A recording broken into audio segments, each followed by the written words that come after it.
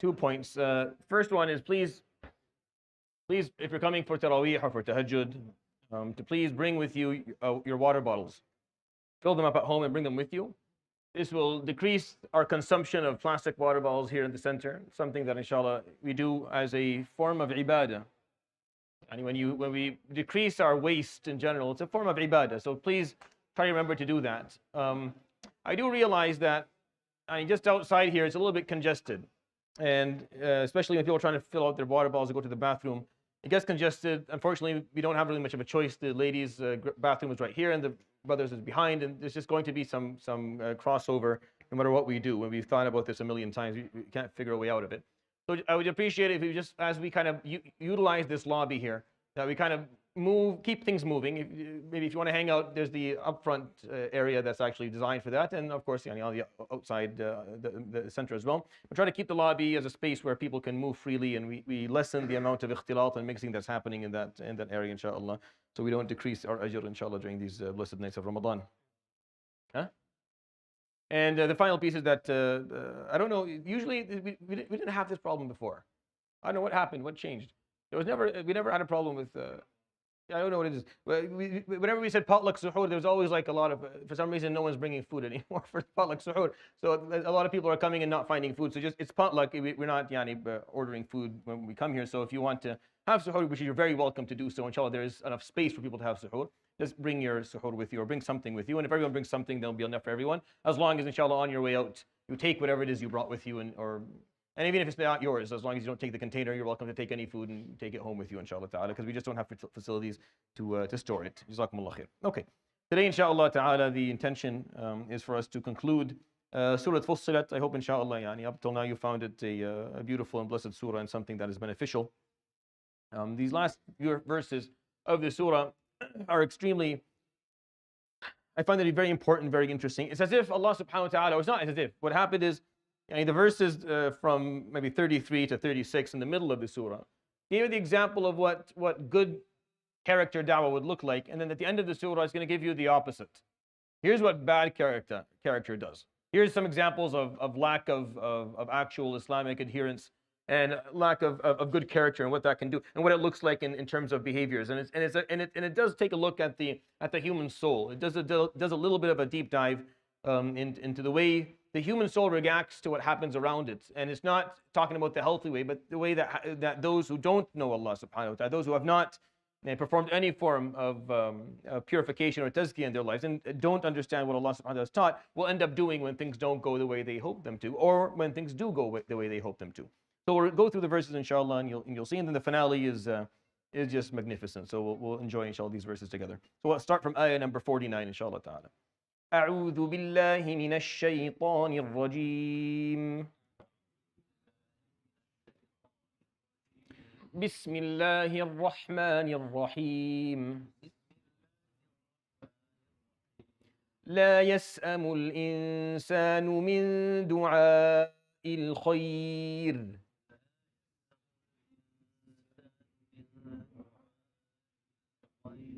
وإن مسه الشر فيئوس قنوط.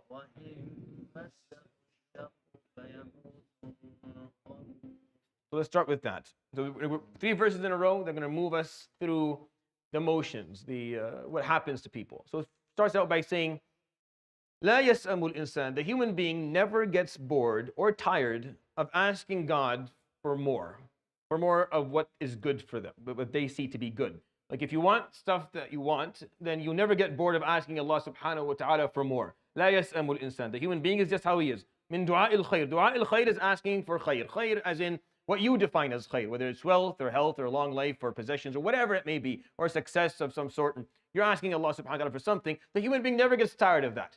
We always want more. There's always something else to ask for. In whatever state you're in, there's always the next step. There's always something else that you can hope for yourself or for those whom you love or whatever. So the human being never gets tired of asking for more. And Allah subhanahu wa ta'ala gives us a lot of the more that we ask for. Like and then again, this requires a little bit of self-analysis, maybe a zooming out to take a look at what we actually have in our lives and what we hope for, and the percentage or the ratio of what we have to what we hope for. And when you actually do the math, you'll find that what you have is outnumbers by far. Like it's not even It's not even close to what we hope for. What we want is, and this is for us specifically, and I think this is, I'm using the, I couldn't say the same words if I was giving this dars elsewhere. I mean, there's other parts of the world where giving this dars, I would have to use a completely different tone. I would have to actually go through these verses and explain them and try to clarify them in a different way. Still, obviously, with the same concept, but I would have to look at it from a different angle because not everyone has the same advantages and privileges that we enjoy here in the West and that Allah subhanahu wa ta'ala has bestowed upon us here. But for us, this is a pretty simple ayah to understand. There's never enough. We know that there's never enough. Even if you're someone who is ascetic, someone who understands zuhud and wants to practice it and is trying to, there's a part of you that just wants more. And it'll come out, and it's fine. It's nothing wrong. Like, this is not something wrong for you to ask for khair. That's fine. But he's just saying, subhanahu wa ta'ala, that you never get tired of that, oh human being. As the Prophet alayhi salatu wasalam would say, لو كان لابن آدم في الحديث الصحيح لو كان لابن آدم واد من ذهب تمنى أن يكون له واديان. If the human being had a valley of gold, he would just ask for two. ولا يملأ فاه ابن آدم إلا التراب. And the only thing that will fully fill the human being is the dirt of the earth when they die.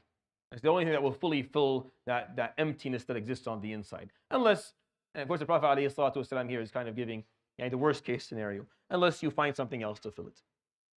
Aside from possessions and wealth. Unless you find Allah subhanahu wa ta'ala. And then the Prophet ﷺ wasn't like that. And he says this ﷺ, لو كان ابن آدم. He wasn't like that. He wasn't looking for two valleys of gold. He didn't care at all. And he was very fulfilled ﷺ. So when he's giving this hadith, he's obviously not saying this is for everybody. This is what happens when you don't know, when you don't understand what is actually valuable and what is not, when you lack that clarity. So that's what he's saying. They never get tired of asking for what they want.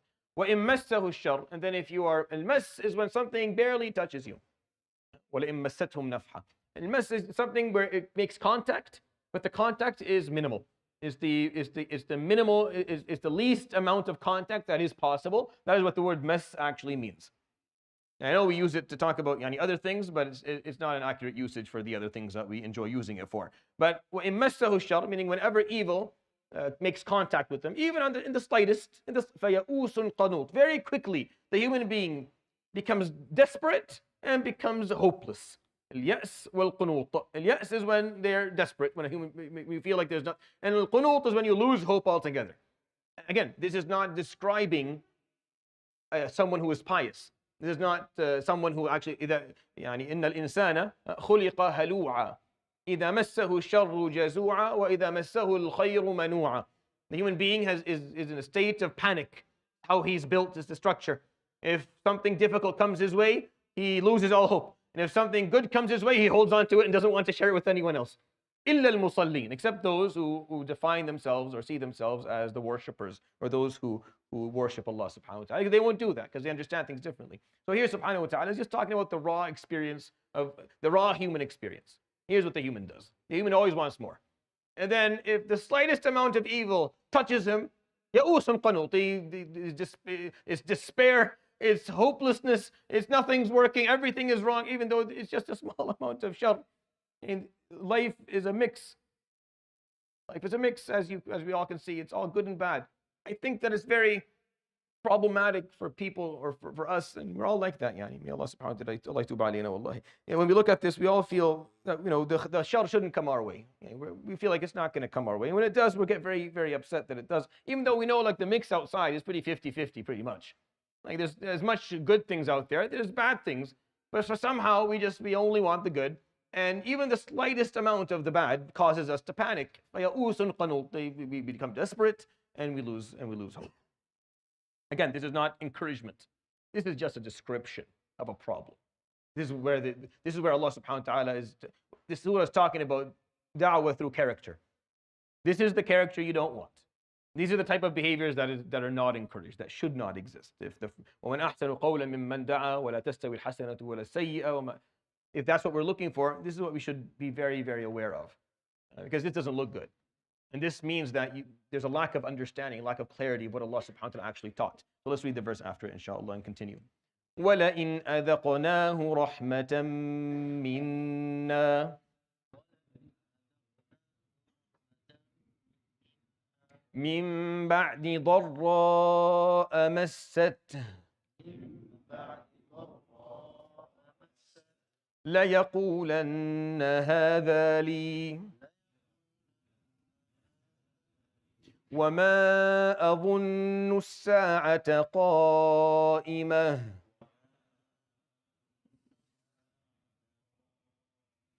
ولئن رجعت إلى ربي إن لي عنده للحسنى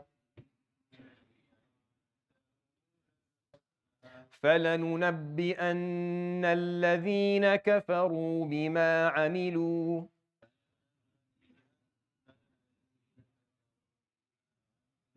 ولنذيقنهم من عذاب غليظ.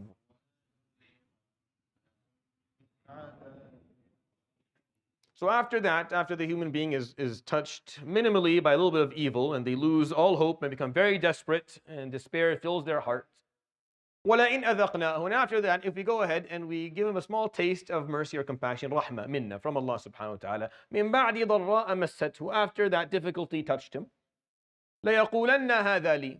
The human being goes around saying, I've deserved this. I worked hard for this. It is my perseverance. It is my effort.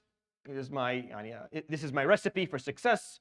They'll go on a podcast and explain how they are amazing, and they'll be on they'll start a blog and start explaining to people all the 6 steps to becoming successful, and the 8 things to avoid, and the 9 things to have for breakfast, and the 8 things to do before you go to sleep. And they start explaining to people exactly how they achieve what they achieved because they believe that it's all them, and they did. Hada Ali, I did this. This is all me.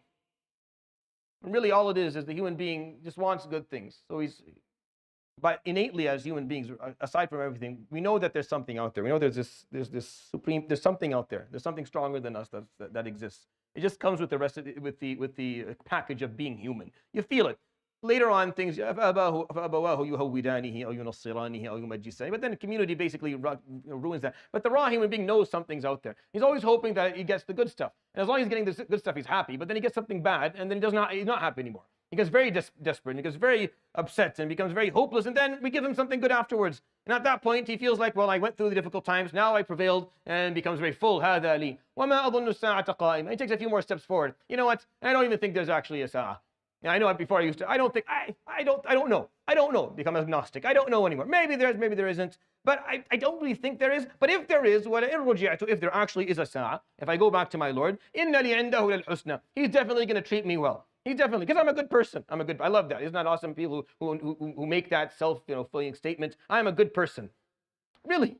Subhanallah. So who gave you this information? I just like to, please explain to me what the criteria is for you to call yourself a good person, or anyone for that matter. I mean, calling other people good people is actually good because that means you have good assumptions. But to call yourself a good person, based on what really? So what is your criteria for being a good person? Who gave you that criteria? أَلَمْ تَرَ إِلَى الَّذِينَ يُزَكُّونَ أَنفُسَهُم. Do you see the people who walk around claiming that they're good? بَلِ اللَّهُ يُزَكِّي مَن يَشَاءُ وَلَا يُظْلَمُونَ فَتِيلًا. Allah is the one. It's wrong. It's Allah who chooses who is good and who is not. He's the one who makes that decree, subhanahu wa ta'ala. We have no right. This is what happens. The human being becomes so full of himself. I did it. It's hadali. It's me. It's all based on me. إِنَّمَا أُوتِيتُهُ عَلَى عِلْمٍ عِنْدِي أَسْخَرُونَ would say. I have this because I work hard. I stayed up all night. I studied. Other people were playing around. This is all me. This is not saying you shouldn't work hard. These ayat are not saying ayat are talking about your attitude, about how you deal with things. How we deal with what happens to us in life. Not what we're doing. Of course, you're going to work hard and try your best and try to succeed. But then what do you do when it actually happens? هَذَا لِي. This is all me. وَمَا أَظُنُّ السَّاعَةَ قَائِمًا. And suddenly your adherence to Allah subhanahu wa ta'ala's teaching and the seriousness for which you take Yawm al-Qiyamah decreases, and somehow deep inside you feel that you're entitled to something better on the Day of Judgment. إِنَّ لِي عِنْدَهُ لَلْحُسْنَى. He'll treat me well anyways, because I rock and I'm great and I do this and I'm better than others, and look at what other people do, and start making these false comparisons to people. You know, there's false comparison. Well, at least ana basalli, other people don't. That's a really easy way to get yourself out of trouble. If Allah subhanahu wa ta'ala is going to punish people, well, I can already see those who are going to be punished. There's an ocean of human beings who don't pray. At least I pray. And we start making these useless comparisons. Again, based on what? It's very arrogant to turn to God and tell him who is worthy and who is not. He didn't give you the permission. He gave none of us the permission to actually point out any of us being good or bad or anything. This is completely up to him, subhanahu wa ta'ala. That's what the human being does. The human being has this tendency. When he gets what he wants, he's on top of the hill, he starts looking down. Very hard not to. Very hard when you're on in the valley not to look up and feel worthless, and it's hard when you're on the top of the hill not to look down and think you're supreme. But the whole point of understanding what Allah subhanahu wa ta'ala has given us, the legacy of the Prophet sallallahu alaihi wasallam, is just understanding that these are illusions. Up and down are these are man-made thoughts. There's no up and down. There's no up and down. The worst moment of your life will probably be your winning card. It's your lottery card on Yawm al-Qiyamah. It's the winning ticket. See, this is the scary piece. On the Day of Judgment, that's when everything that happened to you actually has its accurate value. And the day that you probably the day that you celebrated the most in dunya is the day that you're regretting the most on the Day of Judgment. And the day that you suffered the most in dunya is your winning ticket. It's going to take you places you didn't think were even possible for you to go to. So when you think about it, that really difficult day that you thought was the worst, is it actually the worst? Is it a low point? Was it really? And that top of the hill, on top of the hill point, was it actually top of the hill? Or was it something different? You see, that's our problem. We're not judging things the way they need to be. We're not seeing them for what they are. Because all they are, as he says subhanahu wa ta'ala, فَأَمَّا الْإِنسَانُ إِذَا مَا ابْتَلَاهُ رَبُّهُ فَأَكْرَمَهُ وَنَعَمَهُ فَيَقُولُ رَبِّي أَكْرَمَنِ وَأَمَّا إِذَا مَا ابْتَلَاهُ فَقَدَرَ عَلَيْهِ رِزْقَهُ فَيَقُولُ رَبِّي أَهَانَنِ. When Allah gives him good things, he say, God loves me. When he gives me nothing, it doesn't give him as much. God hates me. Kalla. No. You're misunderstanding this. There's nothing personal here. It's all a test. It's all just a trial. We give you a lot, it's a trial. We give you a little, it's a trial. Just to see what you're going to do with it. We give you a lot, are you going to be able to be thankful? We give you little, are you going to be able to be perseverant? That's all it is. There's nothing else to this. But the human being doesn't feel that way. We can't deny that this is very accurate. It's very accurate to all of us. We all feel like this. It happens to all of us as we go through life. Like there's nothing wrong with you having the feeling. There's nothing wrong with once you get touched by evil or difficulty in life, that a part of you becomes desperate and upset and hope. No, it's fine that happens for a moment, but then how you deal with it has to be different. And then when things actually work out for you, you persevere, you stick to the right thing, you go with your routine till the end, and you keep on trying and you never stop, and it works out for you. For a moment you feel on top. Make sure you're able to bring yourself back down again and see things for what they are. This is the fadl of Allah subhanahu wa ta'ala. This is the blessing of Allah, the bounty of Allah subhanahu wa ta'ala. He just granted to you. He could have easily not granted it to you. Easily, you could have worked all your life and still got nothing out of it. It's very simple. It happens all the time, by the way. It happens all the time, all across the planet for millions of years. People try their best and still don't get what they want. And those who get it, they have to learn how to deal with it. This is me. This is about me. It's mine. Which is even worse, they lose their faith. Or they start dealing with faith as if it's an accessory, an appendage, an option. It's an option. It's something. It's a cultural. It's an additional little piece of our life. Yeah, I think there's probably, maybe there, I don't know. But if I go back, I'll be fine, inshallah, because I'm a good person.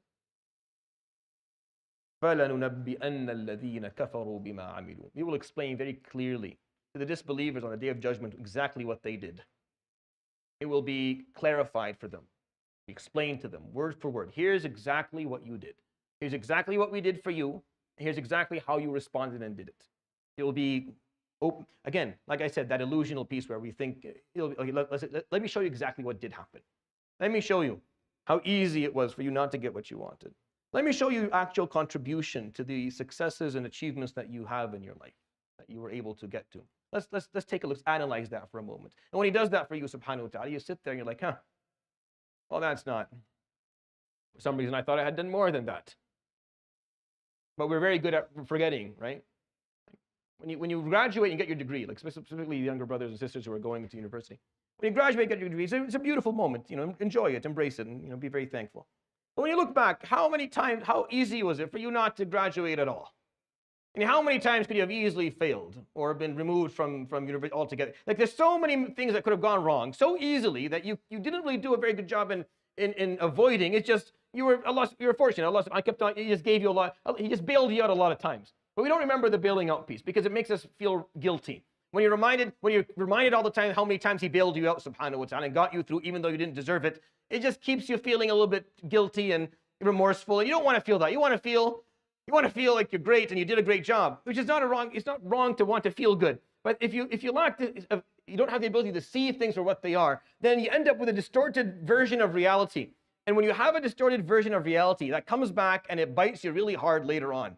It really does come back to you. It's like a boomerang. If you start to understand reality for what it's not, If you start to distort it somehow and look at it differently because you want a version that lets you feel better about yourself, you don't want to see it for what it actually is, that will later on come and haunt you. 100%. It's going to ruin you at some point. It'll catch up with you. It will catch up with you in life.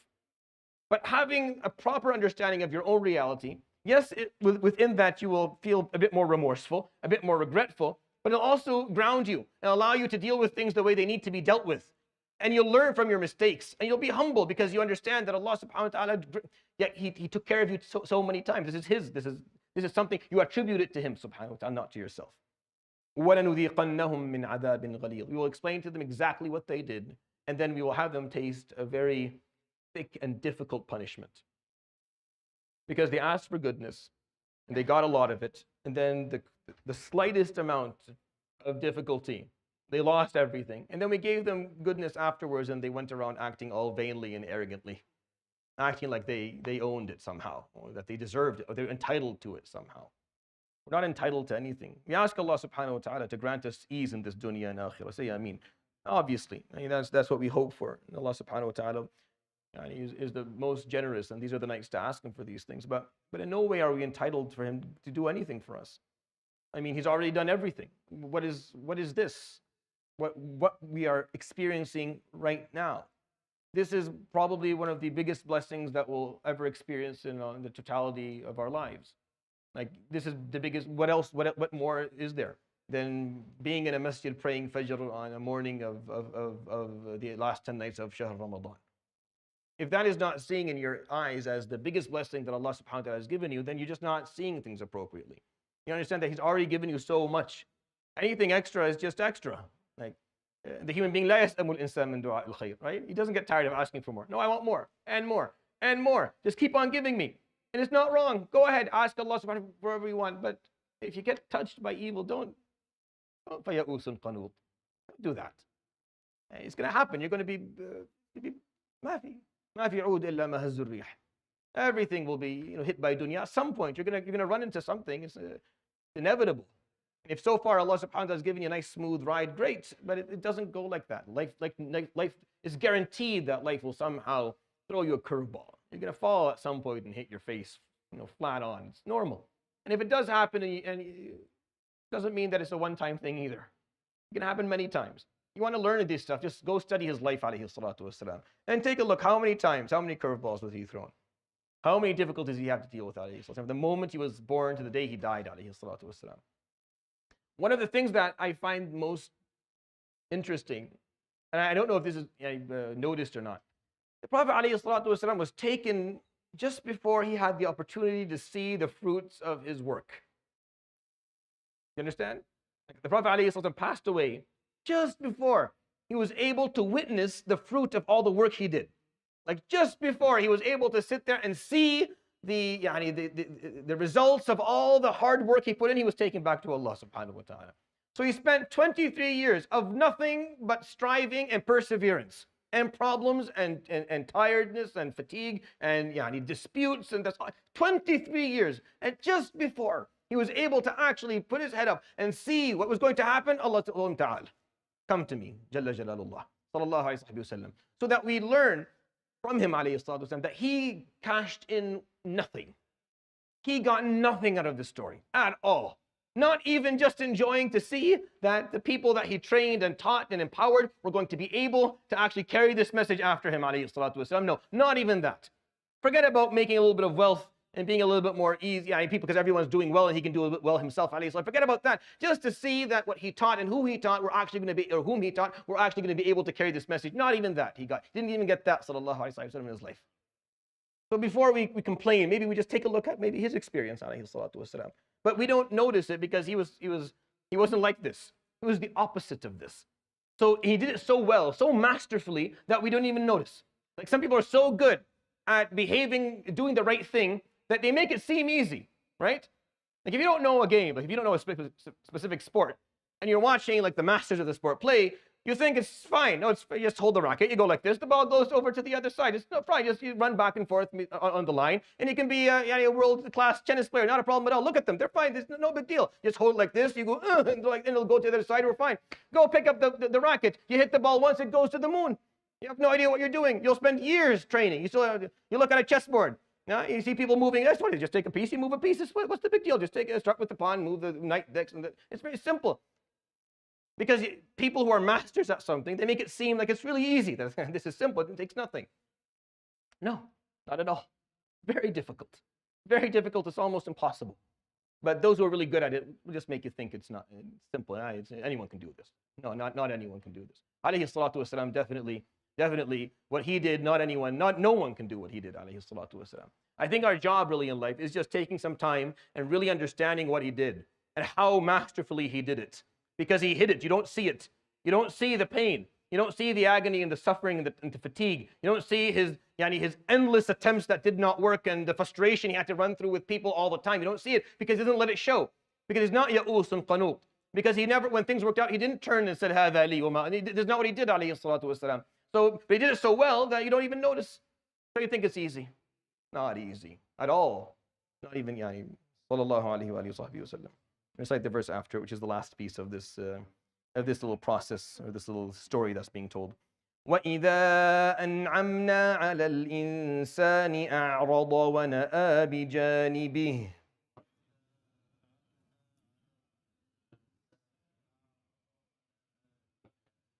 وَإِذَا مَسَّهُ الشَّرُّ فَذُو دُعَاءٍ عَرِيضٍ.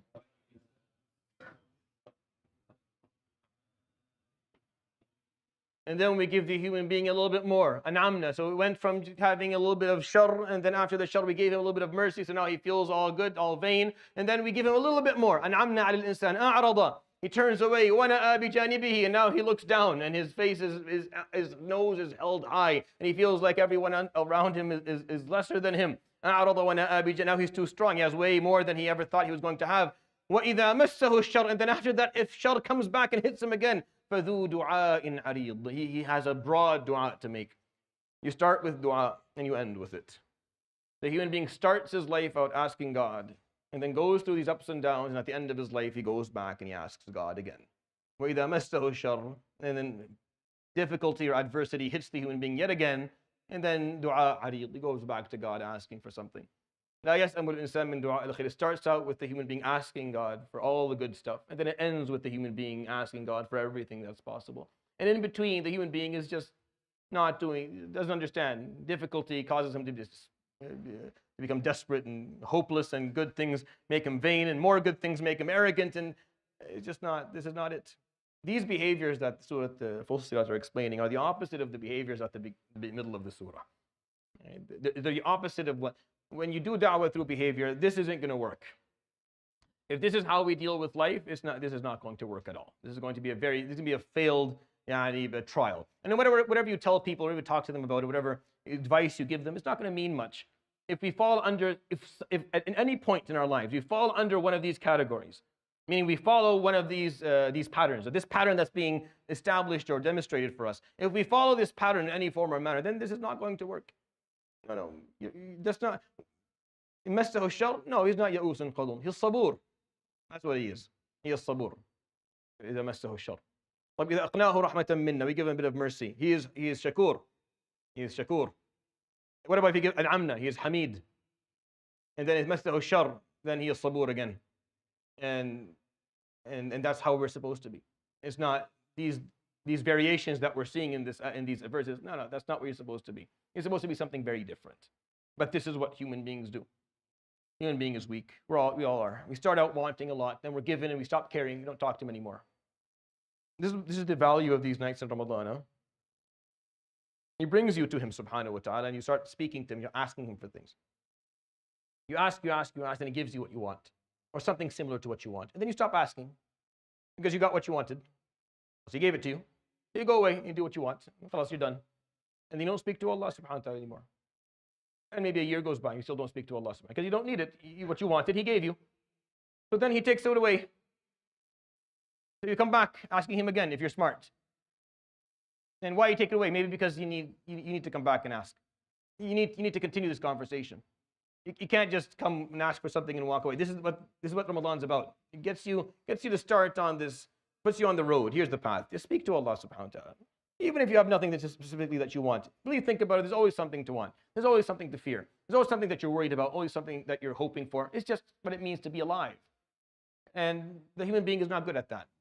So Allah subhanahu wa ta'ala puts these seasons of khair to bring us back. Here, come back. Come back and speak to me again. Ask me, you must want something. And then He gives it to us subhanahu wa ta'ala, and then we walk away. There's a hadith within some degree of lack of authenticity. But the hadith is quite interesting, where a servant is asking Allah subhanahu wa ta'ala, and every time he asks, Allah subhanahu wa ta'ala tells Jibreel, akhir mas'alata abdi. Tell him I'll give him to him later, not now. 3 or 4 times in a row, Jibreel is like, why? He's very pious. فقال يا جبريل أحب أن أسمع صوت. I like to hear him make dua. If I give it to him, he won't speak to me anymore. But at least now he still speaks to me because he still needs something that I haven't given him. So maybe he'll do it a bit later because he's close. Because the moment I give it to him, he's going to walk away. Khalas, I got it. Doesn't care anymore. That's Allah subhanahu wa ta'ala salama. So these are the examples of behavior that doesn't work in terms of our way of da'wah. Let's read the finale of Surat Fussilat and then we'll let you go. قُلْ أَرَأَيْتُمْ إِن كَانَ مِنْ عِنْدِ اللَّهِ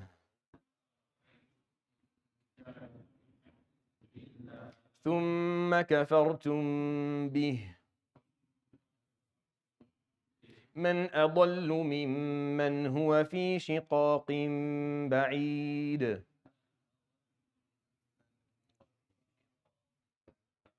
سنريهم آياتنا في الآفاق وفي أنفسهم حتى يتبين لهم أنه الحق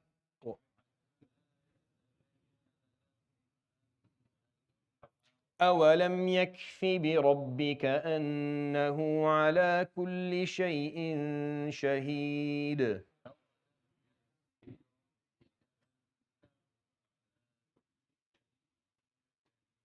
ألا إنهم في مرية من لقاء ربهم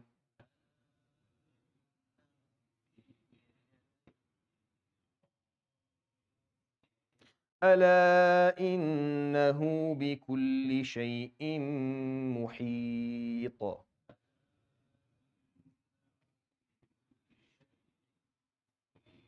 At the end of this surah, where Allah subhanahu wa ta'ala tells us that the Quran is Fussilat ayatu, is very clear, it's articulate, it tells you everything you need to do. You need to always perform da'wah that way. People have to listen, they're held accountable if they don't, you are as well. And the best way of actually performing da'wah outside of this is actually just characters. It's even better than anything that can be articulated. At the end of the surah, He just takes a moment and points out something. قُلْ, say, أَرَأَيْتُمْ إِن كَانَ مِنْ عِنْدِ اللَّهِ. Let's say, just hypothetically say, what if the Quran is actually from God? As you refuse to listen to it and you won't give it the time of the day. وَقَالَ الَّذِينَ كَفَرُوا in the surah لَا تَسْمَعُوا لِهَذَا الْقُرْآنِ وَالْغَوْا فِيهِ. They said, don't listen to the Quran and distract people from listening to it. لَعَلَّكُمْ تَغْلِبُونَ. Maybe you'll win if you do that. So He's saying, قُلْ أَرَأَيْتُمْ. Say, what if? Maybe you should always give something the benefit of the doubt. Maybe you should be to some degree objective when you're listening to something. As Muslims, this is how we are. We always listen to everything that we're told, and we try to be as objective as possible because we are a people who follow the dalil always. We always follow evidence. We always follow what makes more sense. And we refuse in any form or manner to actually walk blindly behind anything or anyone. قُلْ أَرَأَيْتُمْ إِن كَانَ مِنْ عِنْدِ اللَّهِ. What if it is from God and you're not listening to it? وَكَفَرْتُمْ بِهِ. And you refuse to listen, you refuse to believe. مَنْ أَضَلُّ مِمَّنْ هُوَ فِي شِقَاقٍ بَعِيدٍ. Who is going to be more misguided?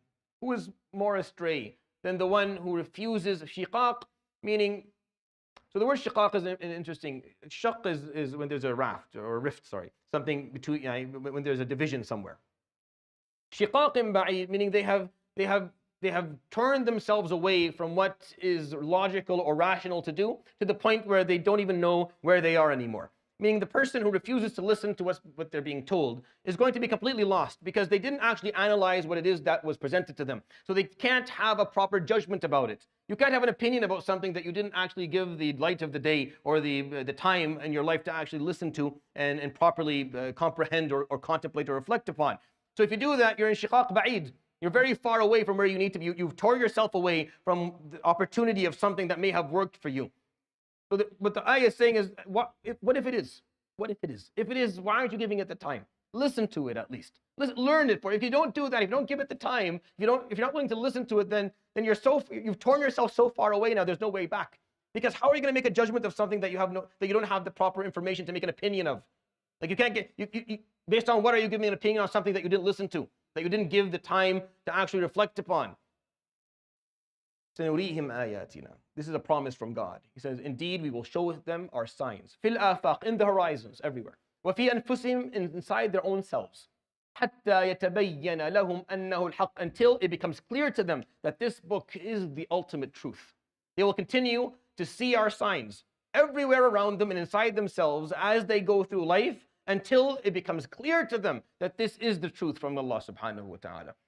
And this is not talking about the scientific, this is not what we're talking about. Please don't even, the Quran is not here to argue science. The Quran is talking about human behavior. It's talking about human organization. It's talking about spirituality. It's talking about a part of you that is real, that is there, that you know about, that you feel, that you struggle with, that a lot of aspects of your life don't work because you didn't take care of. The majority of people are unhappy not because of physical pain, not because of lack of sustenance, which are the two basic things that you need. If you're not afraid for your life, if you have enough food and clothing, and you're not in physical continuous pain, then why are you miserable? Why are you unhappy? Why aren't you smiling the majority of the time? Why aren't you able to actually do something that's productive? What's the problem? The problem is something that has nothing to do with these basic needs that are already fulfilled for you. So there's something else that's missing. Because it doesn't make any sense, doesn't it? Like if you think about it, it doesn't make any sense. If you have your freedom and you have enough sustenance and you are not in pain, then why aren't you functional? Why aren't you happy? And why aren't you living your best life? What's the problem? What's holding you back? What's holding you back? No other mammal is held back when you give them these things. Every other living thing, if you give the stuff they gave us, they're happy. They're happy as a clam. No problem. Enough food, no one's going to eat them. Right? They're not going to freeze to death or die from natural. They're happy. They have no problems at all. Look at cats and dogs. They're totally happy with just sitting there in front of have no problem at all. They have no more needs of any sort. But the human being isn't. Why? Because there's an aspect of the human being that is not there. No, it's beyond that. There's something about you. We're going to show them. They're going to show them our signs everywhere. They're going to see them everywhere, all on the horizons and inside themselves. And we're going to keep on showing them these signs until they come to the conclusion, until it becomes clear to them that this is the truth. أَوَلَمْ يَكْفِ بِرَبِّكَ. Is it not enough that your Lord is a witness of everything? He witnesses everything, subhanahu wa ta'ala. Everything that you say, everything that you feel, He is there witnessing it, subhanahu wa ta'ala. Is that not enough for you? That He witnesses it all. That He is there for everything. Nothing that occurs, Allah subhanahu wa ta'ala was away during the time that it happened. He was right there witnessing it with you, subhanahu wa ta'ala. He's the shaheed. He's the one who witnessed it all. Maybe others didn't, but He did. أَلَا إِنَّهُمْ فِي مِرْيَةٍ مِّن لِقَاءِ رَبِّهِمْ. Indeed, the real problem is that they're in doubt of meeting their Lord. They're in a state of doubt. فِي مِرْيَةٍ. They're not sure about it. They just can't come to that conclusion. They have no certainty that they're actually going to meet their Lord one day. This is the real problem. Like the end of Surat Fussilat is saying, this is the problem. The problem is that there's a doubt that you're going to meet Allah subhanahu wa ta'ala. Do not doubt it. You're 100% going to meet the force that brought you here. 100%. You're going to meet the one who made sure that you came here and was given this experience or this trial or this ride or whatever you want to call the life that we live. The force that brought you here will meet you and will ask you about it. There'll be a conversation about how well it went and what you did with it. But a lot of people just are in doubt of that. And because they're in doubt of that, they can't seem to wrap their heads around anything. You see, if you don't have full certainty in Allah subhanahu wa ta'ala, yes, when evil hits you, you don't know what to do. It's like, oh, not what I wanted. When you get something, because dunya is all you got. If dunya is all you got, then you can't afford for bad things to happen to you. And if dunya is all you got, now you have to actually enjoy your success. Now you have to feel, we need to feel good about ourselves at some point. We have to get that vanity. We're going to be given that, by the way. Yawm al-Qiyamah, He'll fill you, subhanahu wa ta'ala. وَلَسَوْفَ يُعْطِيكَ رَبُّكَ فَتَرْضَى. The Prophet ﷺ is going to be fully satisfied, and everyone with him, alayhi salatu wasalam, will also be fully satisfied. You'll find all that satisfaction in Jannah. So if there's only dunya, then I need to get it done here. I have to be full of myself here. I have to feel that I did everything well here. I have to get all the khair I can possibly get now, because there's nothing coming next. This is the end. This is the end. There's nothing next, so I need to get it now, because I don't believe that I'm going to meet my Lord. Ala innahu bikulli shay'in muhit. Indeed, He encompasses everything, subhanahu wa ta'ala. Not only is He witnessing everything, He encompasses all. He's there. He's everywhere, subhanahu wa ta'ala. With His knowledge, jalla jalaluhu, He encompasses everything. Nothing goes without Him knowing about it, allowing it. He's witnessing it. He's there for it all. Muhit.